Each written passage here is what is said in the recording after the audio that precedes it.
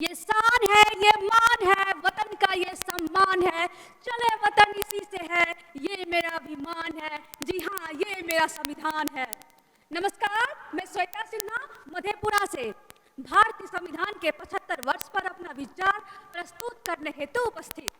भारतीय संविधान के 75 वर्ष की यात्रा गरिमापूर्ण रही है। अनेक उतार चढ़ाव और बाधाएं के बाद विश्व का सबसे बड़ा लिखित संविधान 1950 में लागू हुआ था। विश्व के लिए प्रेरक रहा है, तभी तो आज भारत मदर ऑफ डेमोक्रेसी के रूप में जाना जाता है। हम सिर्फ विशाल लोकतंत्र हैं, इतना ही नहीं बल्कि हम तो लोकतंत्र की जननी हैं। हमारा टैग लाइन कि हमारा संविधान और हमारा सम्मान, हमारा संविधान हमारा सम्मान। हमारे संविधान में निहित न्याय, समानता और स्वतंत्रता के सिद्धांतों को कायम रखने के लिए भारत की अटूट प्रतिबद्धता को दर्शाता है।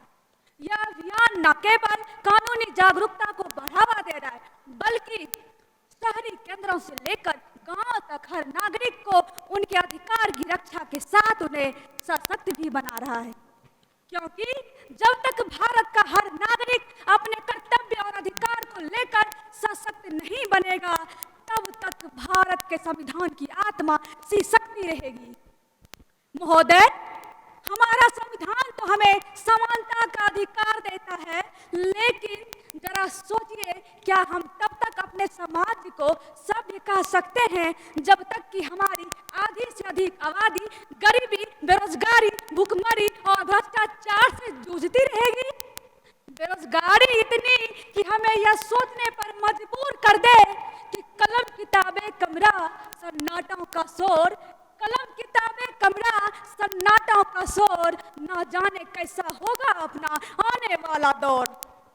महोदय, क्या हमारा संविधान ये कहता है कि हमारी महिलाएं अपने जीवन के अस्तित्व के लिए हर रोज अग्नि परीक्षाएं से गुजरे, या ये कहता है कि हमारी बेटी और उसका परिवार दहेज रूपी अग्नि में जले?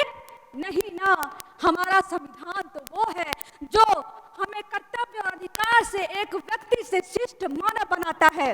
संविधान तो वो है जो इतने विविधताओं में भी हमें एक मोतिया के माला के भांति एक सूत में पिरोए रखता है।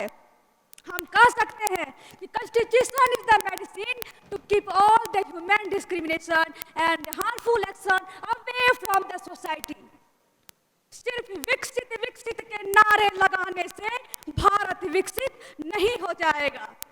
हमारे भारतीय संविधान के अधिकार और कर्तव्य को सर्वोपरि बनाए रखने और मौजूदा विसंगतियां और असमानताओं को दूर करने के लिए हमें एकजुट होकर सशक्त बनाना होगा हमारे भारतीय संविधान के अधिकार और कर्तव्य को। धन्यवाद। जय बिहार, जय संविधान।